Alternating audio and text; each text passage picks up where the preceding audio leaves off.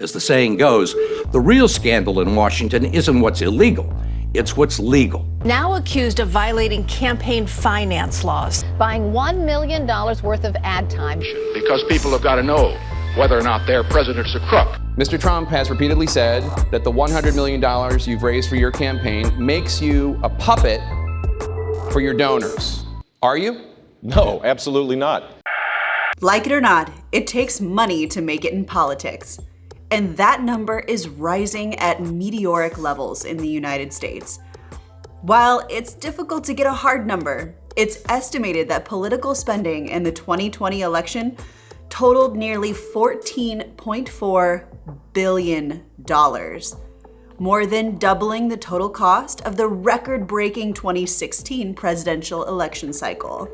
But when we put that number into an international perspective, well, that's when things really get interesting. In the United Kingdom, then Prime Minister Boris Johnson's Conservative Party spent 16 million pounds on the 2019 campaign that handed them a majority in Parliament, about 18.9 million based on today's exchange rate. That's less than the amount Democrats and Republicans spent on the 21st Congressional District in Texas, where Representative Chip Roy held off a challenge from former state senator Wendy Davis. And in Germany, this was Angela Merkel's ad in 2013. Her only one. It aired 156 times across all of German television, while in the US, 87 times as many ads aired in about the same window of time during just one game show. Wheel of Fortune. So where does all of that money come from? How much of political election spending is regulated across the globe? And how much of that spending is untraceable in the growing and ever elusive fundraising known as dark money?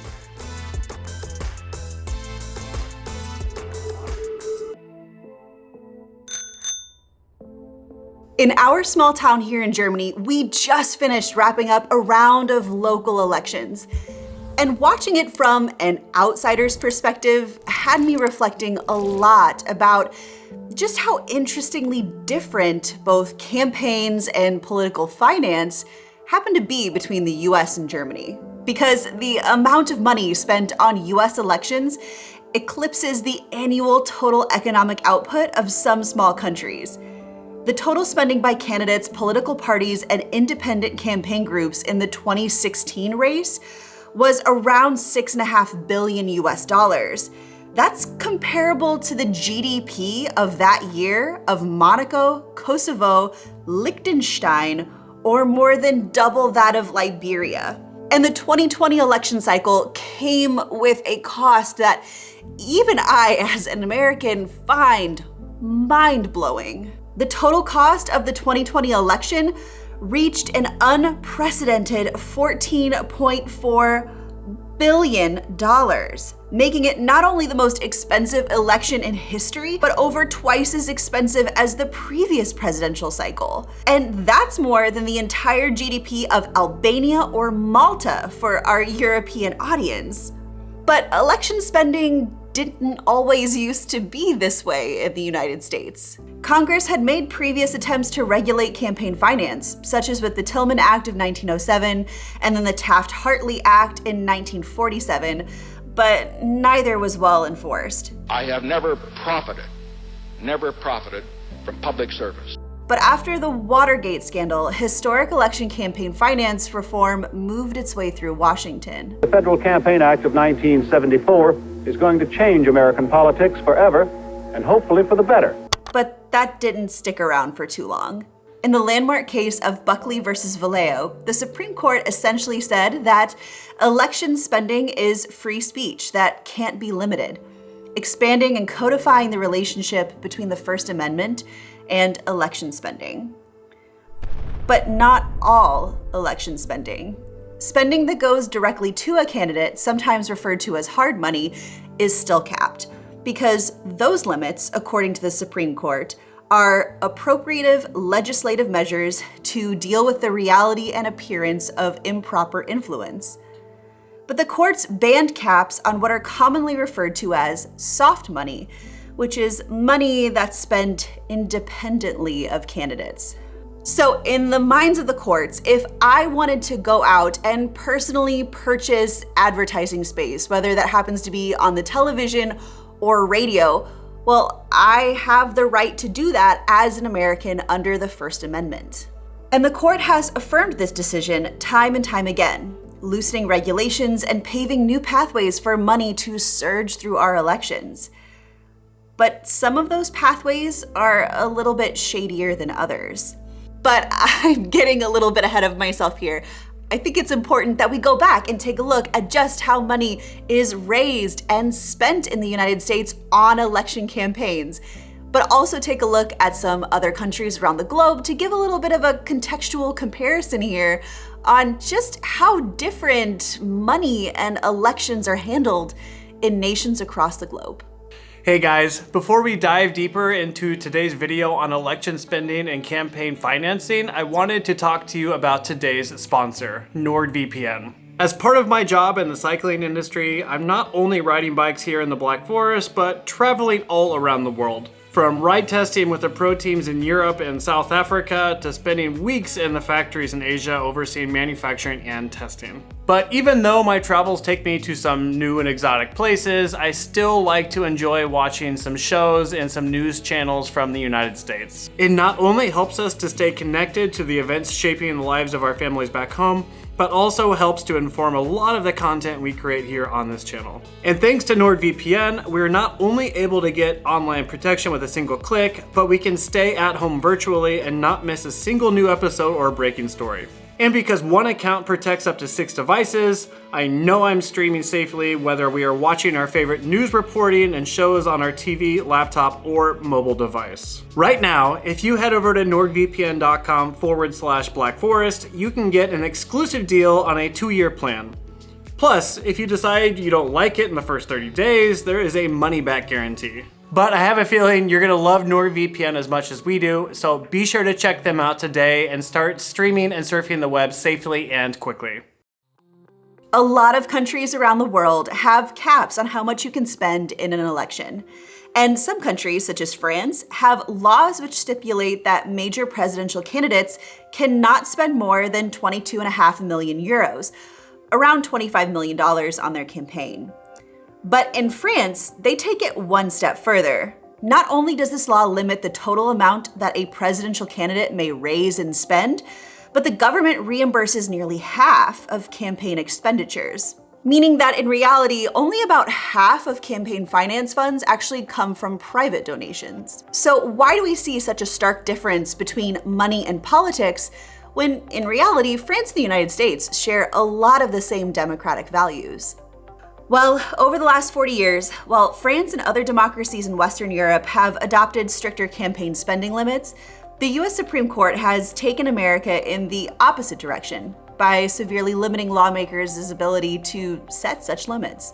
As I talked about in the last section, the court's rationale is that money is speech, and limits on money in our democracy for any reason other than to prevent the crime of bribery violate the First Amendment's free speech clause. Recently, the court in FEC versus Ted Cruz for Senate doubled down on its longstanding position. Writing for the majority, Chief Justice John Roberts struck down a limitation on donors paying off a winning candidate's personal loans to their campaign, a practice long considered a high risk for influencing peddling, because it had the impermissible objective of simply limiting the amount of money in politics. In other words, the Supreme Court doesn't really care if our political system is awash with money, giving wealthy people an advantage over ordinary citizens because, hey, we have free speech. But over in France, limiting money in politics and free speech are not mutually exclusive. The French believe strongly that candidates and citizens have a right to speak to voters. The roughly 25 million campaign spending cap isn't exactly pocket change, but they do believe just as strongly in creating as level of a playing field as possible for candidates and ideas. In other words, money creates an advantage, which must be limited. But here's the thing, the court's decades-long perversion of the First Amendment's free speech clause ultimately gives Americans with the most money a constitutionally sanctioned advantage in our political system. As a result, many scholars argue that the US is on a fast track towards becoming a plutocracy, a government run by the wealthy. But here's the thing. If money was the only thing that mattered in elections, well, the outcomes of our elections in the US would actually be a lot different. In fact, in 2016, Donald Trump came 5th in overall spending for the Republican primary. And the general election would have looked a lot different too. Money is just one element of what it takes. So then, why do American elections cost so much? Well, for starters, American elections are ridiculously long by international standards. And it takes a lot of resources when you want to lay siege to sway voters over quite literally years. If you measure from the first primary debate to Election Day, the 2020 US election took 496 days. That's equivalent to about 12 German elections, or 24 French elections, or 41 Japanese elections. And although our next presidential election isn't until November of 2024, a little less than 2 years from now, 4 Republicans have already officially thrown their hat into the race. So it probably comes as no surprise, at least to our fellow American voters, that political burnout is higher than ever before. Good evening, I'm David Walker. And I'm Lois Hart. Now here's the news. The launch of CNN in 1980 is often cited as the beginning of the 24-hour news cycle. And in the 40 years since, the rise of social media has brought news to readers as it happens. Considering the non-stop coverage of American politics and the prevalence of social media, well, obviously it's probably going to overwhelm viewers and influence voter turnout. A Pew survey conducted in 2016 found that about 59% of Americans surveyed felt fatigued by coverage of the 2016 presidential election. And when they repeated the study in 2019, it actually grew to 66%. But honestly, what I think is probably just as exhausting as the length of our elections in the United States is, quite frankly, just the non-stop bickering that seems to happen between our political candidates during that entire length of time. Oh, beautiful for spacious skies, for amber waves of grain. In the 2012 election, Barack Obama and Mitt Romney both spent more than $400 million each on TV ads. The vast majority of them negative. But in Germany, there are largely no attack ads, because in post-reunification in German culture, the attacker would probably turn out to be the loser. In fact, this relatively tame poster from the SPD in 2005 is about as negative as it gets. Each party creates just one 90-second ad for the entire election, and the number of times it airs on TV is proportional to the number of votes the party garnered in the last election. For smaller parties like Die Linke, this would mean that they air it about 4 times on each of the 2 major channels. To be fair, parties can buy additional spots on private television channels, but their limited campaign budgets keep them from spending anywhere close to the levels of US candidates. So given the cost of running TV ads, German political parties and candidates honestly spend a lot more of their money putting up posters and billboards around the country in the run-up to an election. As a result, the party's resources are highly concentrated into just the last few weeks before Election Day, known as the heiße Phase, or hot phase. Local and state laws in Germany allow parties to put up campaign billboards and posters starting, again, just a few weeks before the election. And these state laws also limit the length and duration of radio and TV ads to just 1 month before the election, shortening the length of the campaign. In short, this means that German political parties and candidates spend far, far less on their campaigns just in general compared to the US.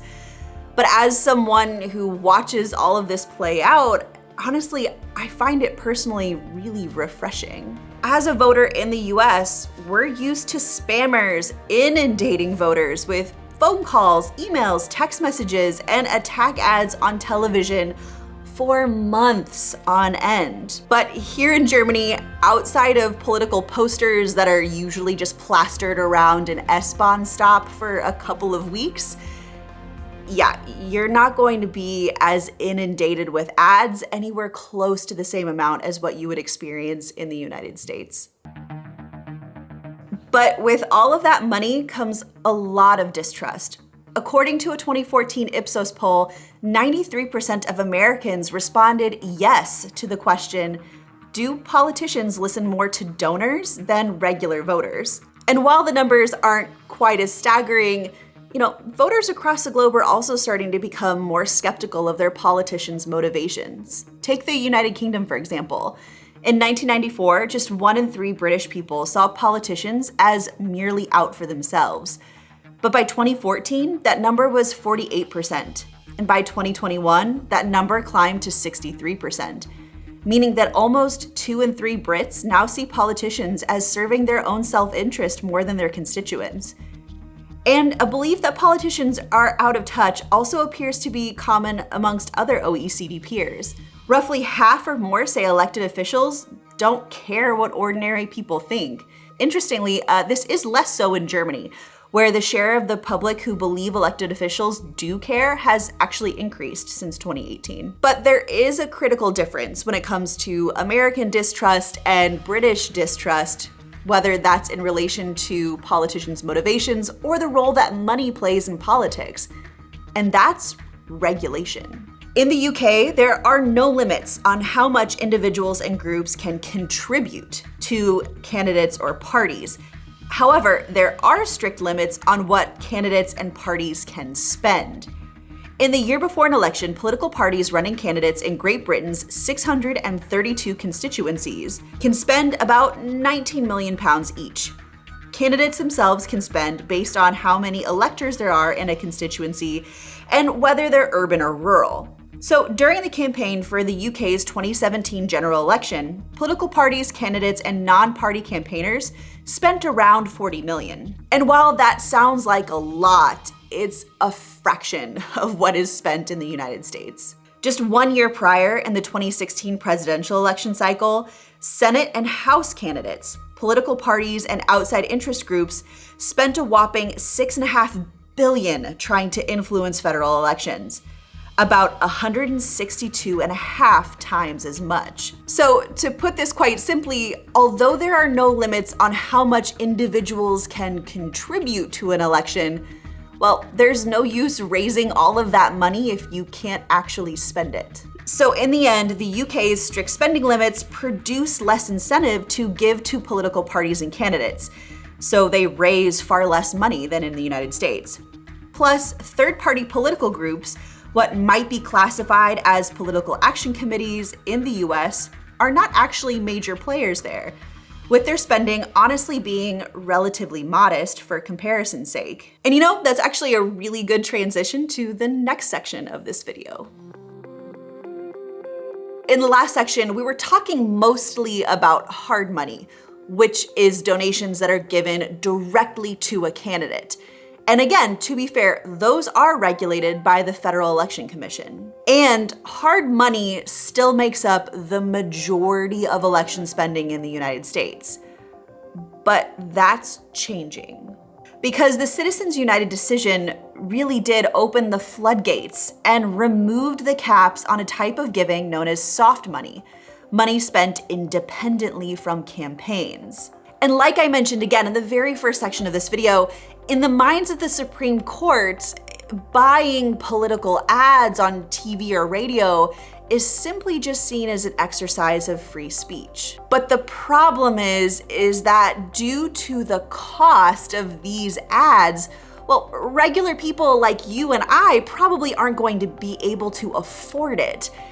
But the people who can wield an incredible amount of influence. So again, the most famous of these cases brought before the Supreme Court was Citizens United. Citizens United. Citizens United. Is the Citizens United decision. The case centered around whether or not Citizens United, a small nonprofit corporation, could promote its film, Hillary the Movie, close to the 2008 presidential election. The movie was pretty critical of Hillary Clinton. She's deceitful. She'll make up any story, lie about anything, as long as it serves her purpose of the moment. And the American people are going to catch on to it. The government said that it qualified as a political ad, which corporations weren't allowed to make. But Citizens United argued that it was just a documentary, and therefore protected speech. The more liberal justices didn't buy the argument. They worried that this kind of corporate spending would drown out the voices of real people. But 5-4, Citizens United won. Essentially, the court said that corporations and unions, like rich people, have a constitutional right to spend unlimited amounts of money supporting or opposing a candidate, so long as they don't coordinate that spending with the candidate. As long as that spending is independent, to use the words from the Supreme Court ruling. But as you can imagine, when it comes to politics, well, independence is kind of a gray zone. So here's my form. That's a regular PAC that cannot take money or a gift in kind from Viacom. Right. Now it's a super PAC? Right. Okay. PAC? Super PAC. There you go. Short for political action committees. And while they're legally not supposed to work directly with the candidate, well, just take a look at this super PAC ad for Joe Biden that was just released last week, who technically hasn't even officially announced that he's running for re-election. When Joe Biden is working for our part of Michigan, we should stand beside him to finish the job. It certainly looks like they were working with him, but he technically didn't. Neither did any of these Democrat or Republican candidates in super PAC ads, even though they look a whole lot like campaign ads. For example, former Ohio Governor John Kasich, who ran for the Republican presidential nomination in 2016, said that he simply just filmed his ads before he was officially a candidate. And Ted Cruz's super PAC was able to get this footage of him walking around a factory, spending time with his family in private, because the Cruz campaign dumped 15 hours of quote-unquote free footage online. But super PACs aren't the only source of online spending. There are also political nonprofits, which unlike super PACs, don't have to disclose their donors. Many of them, like Planned Parenthood and the NRA, have been around for decades, and they generally don't hide what they're about. But that's not true for these other groups. Just a handful of political nonprofits that sprung up after the Citizens United decision, so-called dark money groups. So the way that dark money becomes dark is if you have a political spender, but they don't want to actually give the money in their own name. They'll likely first set up a corporation, and then that corporation will then give the money to an opaque nonprofit. And they'll name it something very innocent sounding, like Americans for Health Advocacy. So it sounds relatively professional and neutral on its surface. But then they'll put $1 million into an ad that says, guaranteeing healthcare is the worst thing that can happen to your freedom. It'll take away all of the care that you have. And there's no fact checking. There doesn't even have to be any evidence to back up their claim. It's just an exercise of free speech that happens to be on everyone's television. And those dark money groups can also donate to super PACs. But in France, for example, corporate and trade union contributions are completely illegal. The US, like France, has disclosure requirements, so the public can see who is funding campaigns. But there's a gaping loophole in US law due to our tolerance of corporate donations. Like we just explored, ultra-wealthy donors can easily hide contributions behind the veil of political purpose nonprofit corporations. It's why in 2020, only 30% of outside spending came from groups that actually fully disclose their donors. In short, we simply don't know who's actually funding many campaigns that occur in the United States. And that's drastically different than what happens in other countries. Take Germany again as an example. Here in Germany, like the speed limit on the Autobahn, there's no limit to how large donations from corporations or from individuals can be. There's also no limit on how much the parties are allowed to spend on election campaigns. However, despite this sky's the high the limit approach to party donations, honestly, these type of contributions make up just a fraction of overall campaign finance spending. That's because one of the main requirements is that all donations over 50,000 euros must be reported to the Bundestag. And then the parliament posts a list of the donations on its website, including the names and addresses of the companies or people who donated. For example, the largest donation in 2021 came from a software developer and cryptocurrency investor.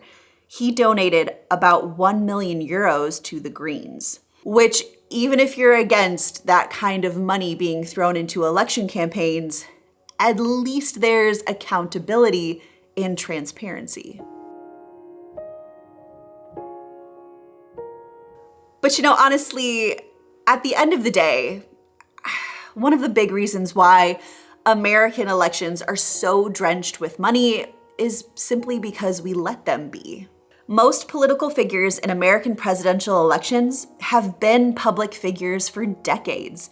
We already know who they are, and voters rarely cross party lines. So on some level, it can be argued that it's unlikely an ad would even persuade someone one side or the other.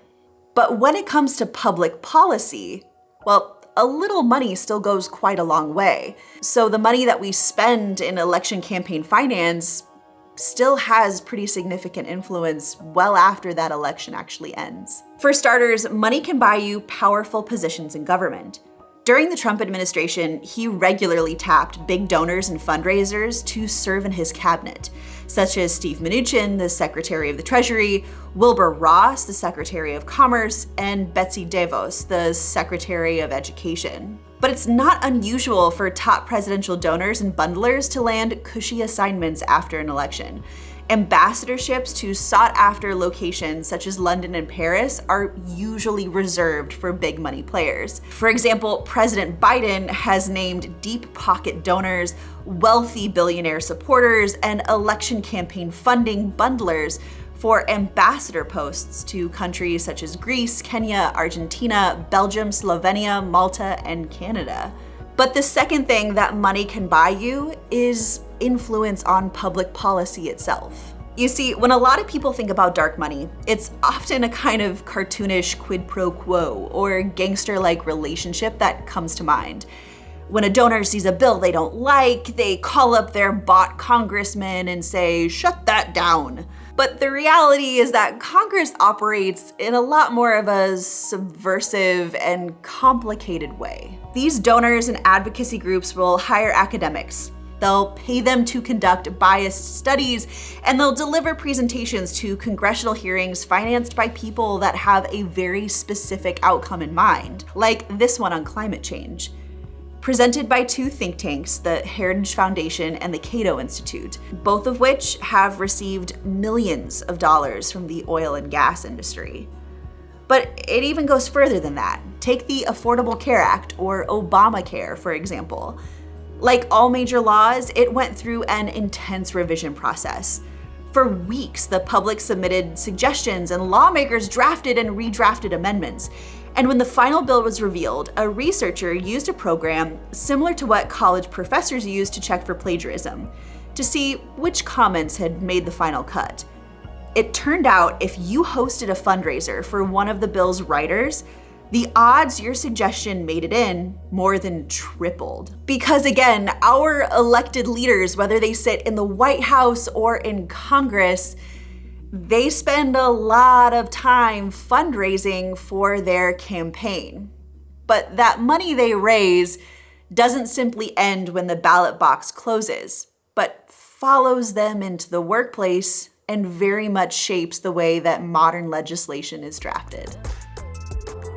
All right, guys, so I would love to hear from you down in the comment section of this video on what you think about the role that money plays in your own local, state, and federal elections. Do you feel like the majority of Americans, which is that your politicians are more beholden to their donors than they are their constituents?